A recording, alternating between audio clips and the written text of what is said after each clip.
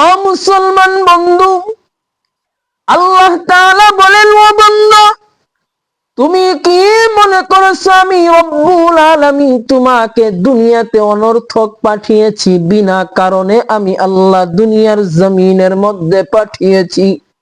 বান্দারে,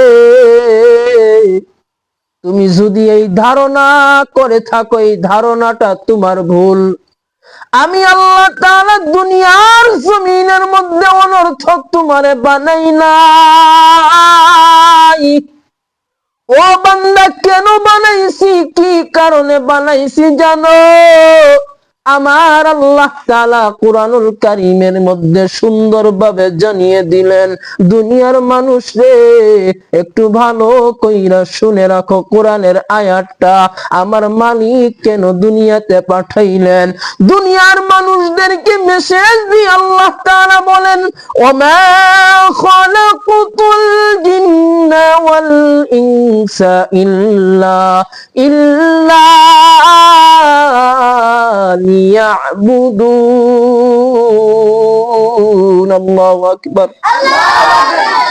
আল্লাহ তাআলা বলেন, ও বান্দা, দুনিয়ার জমিনের মধ্যে জিন এবং মানুষ জাতিকে আমি আল্লাহ সৃষ্টি করেছি আমার ইবাদতের জন্য। ও বান্দা, দুনিয়াতে গিয়ে আমার ইবাদত করবা, আমার গোলামি করবা, আমার নাফরমানি করবা না, গুনাহ করবা না। আমার ইবাদত কইরা যদি রে বান্দা, আমার গোলামি কইরা যদি কবরে আসতে পারো, কবর হবে জান্নাতের বাগান। বলেন সুবহানাল্লাহ। ও মুসলমান, আল্লাহর ইবাদত করে যদি কবরে যাইতে পারি, আমরা সবাই জানি অন্ধকার কবরে কেউ যাবে না গো। যেই মাইরা আপনি আপন ভাবেন, যেই বাবাকে আপনি আপন ভাবেন, যেই বোনকে আপন ভাবেন, যেই ভাইকে আপন ভাবেন, বন্ধুরে, ওই অন্ধকার কবরে আপনার সাথে কিন্তু কেউ যাবে না। ও মুসলমান, আপনার কবরে আপনাকেই যেতে হবে, কেউ যাবে না। আপনার কবরের প্রশ্নের উত্তর আপনাকেই দিতে হবে গো। ও মুসলমান বন্ধু, আল্লাহর নবী বলে, উম্মত রে, যখন একজন মানুষকে কবরে রেখে সবাই বিদায় হয়ে যাবে, অন্ধকার কবরের মধ্যে তুমি বান্দা একা একা হয়ে যাইবা। তোমার ডানেও মাটি থাকবে, তোমার বামেও মাটি থাকবে। ও বান্দা, তোমার উপরেও মাটি গো, তোমার সামনেও মাটি, তোমার পিছনেও মাটি, তোমার নিচেও মাটি, মাটির বিছানা। বান্দারে, অন্ধকার কবরে লেপের ব্যবস্থা নাই, তুষকের ব্যবস্থা নাই, বাতির ব্যবস্থা নাই। অন্ধকার কবরে যদি তুমি আমল নিয়ে যাইতে পারো, ঈমান নিয়ে যাইতে পারো, আল্লাহর নবী বলেন, উম্মত রে, ওই অন্ধকার কবর তোমার জন্য আল্লাহ জান্নাতের বাগান বানিয়ে দিবেন। বলেন সুবহানাল্লাহ। আর যদি বান্দা অন্ধকার কবরে তুমি আমল নিয়ে না যাইতে পারো, ঈমান নিয়ে যদি না যাইতে পারো রে বান্দা, ওই অন্ধকার কবরের আযাব তুমি সহ্য করতে পারবা না রে বান্দা।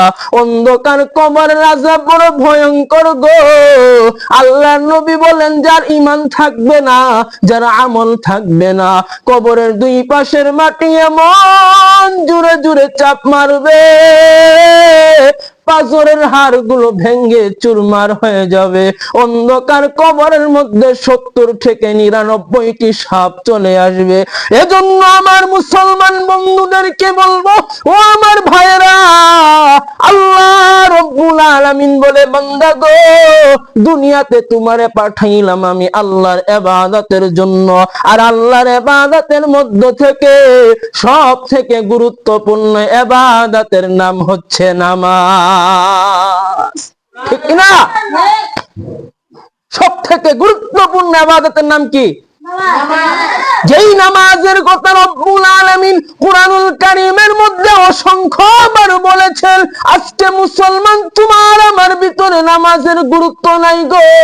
জুমার দিন আসলে দেখা যায় মসজিদ গুলো ভরে যায়, আর বাকি 5 বেলা মুসল্লিদের পাওয়া যায় না। একজন মুসলমানের সন্তান ফজরের আজান শুই না কেমনে সে ঘরের মধ্যে বসে থাকে। একজন মুসলমানের সন্তান পাঁচ বেলা মসজিদের মায়ের থেকে আজান হয়, তার কান দিয়ে আল্লাহ তাআলা আজান ঢুকিয়ে দেয় গো। এরপর মুসলমানের সন্তানরা নামাজে আসে না। দুনিয়ার কোন প্রভাবশালী ব্যক্তি, দুনিয়ার কোন ধনাঢ্য ব্যক্তি যদি বলে তুমি যদি আমার ডাকে সাড়া দাও গো, তোমার 5,000 টাকা দেওয়া হবে, এখানে যারা আছেন আমি সহ দৌড়ায় ওই ব্যক্তির কাছে চলে যাব, তার কথা শুনবো 5,000 টাকার বিনিময়ে। কিন্তু যেই মালিক আপনাকে আমাকে ডাক দিল, ও বান্দা তুমি আসো গো, নামাজে আসো, ফজরে আসো, জোহরে আসো, কিন্তু আল্লাহর ডাকে আপনি আমি সাড়া দেই না। অথচ নামাজ এতটা গুরুত্বপূর্ণ ইবাদত, আল্লাহর নবীর সাহাবীরা কোনদিন নামাজ ছাড়ে নাই গো। আল্লাহর নবী মৃত্যু সজ্জায় তখন উম্মতদেরকে বলে গেছে, উম্মত নামাজ নামাজ। একজন সাহাবীর নাম ছিল আব্দুল্লাহ আনসারী নামের একজন সাহাবী, তার বাড়ি ছিল মদিনায়। আল্লাহর নবী মুহাম্মদুর রাসূলুল্লাহ সাল্লাল্লাহু আলাইহি ওয়াসাল্লাম যখন মসজিদে নববীর মধ্যে নামাজে দাঁড়িয়ে পড়তো, সমস্ত সাহাবীরা নবীজির পিছনে নামাজে দাঁড়াইতো, কিন্তু আব্দুল্লাহ আনসারী নামের ওই সাহাবী গো সবার পরে গিয়ে পিছনের কাতারে দাঁড়াইতো, আবার সবার আগে মসজিদ থেকে চলে যাইত। আমাদের সমাজে এমন কিছু মানুষ আছে, দেখবেন জুমার দিন আযান হইতেছে, আকামাত দিতেছে, মুয়াজ্জিন আকামাত দেই, ইমাম সাহেব যখন খুতবা পড়ে তখন দৌড়ায়া মসজিদের ভিতরে যায়, ঠিক কিনা বলে? অথচ নামাজের আগের সুন্নতের খবর নাই, পরের সুন্নতের খবর নাই, খুতবা চলাকালীন দৌড়ায় যায়, ইমাম সাহেব সালাম ফিরানো মাত্র আবার দৌড়ায় বাড়িতে চলে আসে, আইসা দেখে আরেকজনের জুতা নিয়ে আইসা বসছে। খেলো নাই, কার যে জুতা নিল, হুশ নাই, জুসে হুশ হারাই ফেলাইছে। কি হারাইছে? জুসে হুশ হারাইছে। কিন্তু আল্লাহর নবীর সাহাবী সবার পরে মসজিদে যাইতো, আবার সবার আগে মসজিদ থেকে আইতো। অন্যান্য সাহাবীরা নবীজির কাছে বিচার দিল, নবী গো আপনার অমুক সাহাবী নাম হলো আব্দুল্লাহ আনসারী সাহাবী, নবী গো আপনি মসজিদে নামাজে দাঁড়ান গো, আমরা আপনার পিছনে তাকবীরওয়ালার সাথে নামাজে দাঁড়িয়ে পড়ি, আবার সালাম ফিরানোর পর আমরা বসে থাকি, আপনি বয়ান করবেন, বয়ান শুনবো। কিন্তু আব্দুল্লাহ আনসারী সাহাবী, ওগো নবীজি আমরা সবার আগে মসজিদে আসি, আব্দুল্লাহ আনসারী সাহাবী সবার পরে মসজিদে আসে, আর সালাম ফিরানোর পরে বসে না, সাথে সাথে দৌড়ে বাড়িতে চলে যায়। ওগো নবীজি ওই সাহাবীর কি সমস্যা? আল্লাহর নবীকে এইভাবে 3 দিন বলা হলো। 3 দিন বলার পর আল্লাহর নবী হযরত আবু বকর উমরকে নিয়া ওই সাহাবীর বাড়িতে চলে গেল। সাহাবীর বাড়িতে গিয়া সাহাবীকে ডাক দিয়ে বল, আব্দুল্লাহ রে ঘরের ভিতরে আসো নাকি? এইভাবে যখন 3 বার ডাক দেওয়া হলো, ঘর থেকে কোনো আওয়াজ নাই। হযরত উমর বলে, নবী গো এই সাহাবী তো মাত্র নামাজ পড়া ঘরের ভিতরে ঢুকছে, ঘরের ভিতরে আছে। আল্লাহর নবী বলে, না না আমরা আরেকদিন আসবো, মনে হয় সাহাবী নাই, 3 বার ডাক দিয়েছি।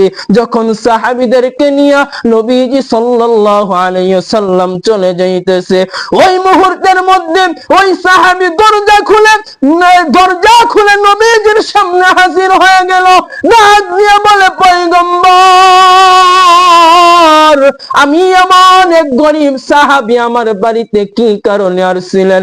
নবী গো সারা দিতে দেরি হয়ে গেছে, মনে হয় বেয়াদবি হয়ে গেছে, মাফ করে দিবেন। আল্লাহর নবী ডাক দিয়ে বলে, সাহাবী রে অন্য সাহাবীরা তোমার নামে বিচার দিল, তুমি কেন সবার পরে মসজিদে যাও, আবার সবার আগে কেন মসজিদ থেকে বের হয়ে আসো? ওই সাহাবী বলে, নবী গো আমার ঘরের ভিতরে আমার বিবি আর আমি আছি, 2 জন মানুষ। নবী গো একটা মাত্র কাফর, ওই কাফর দিয়ে আমিও নামাজ পড়ি, আমার বিবিও নামাজ পড়ে। বলেন সুবহানাল্লাহ।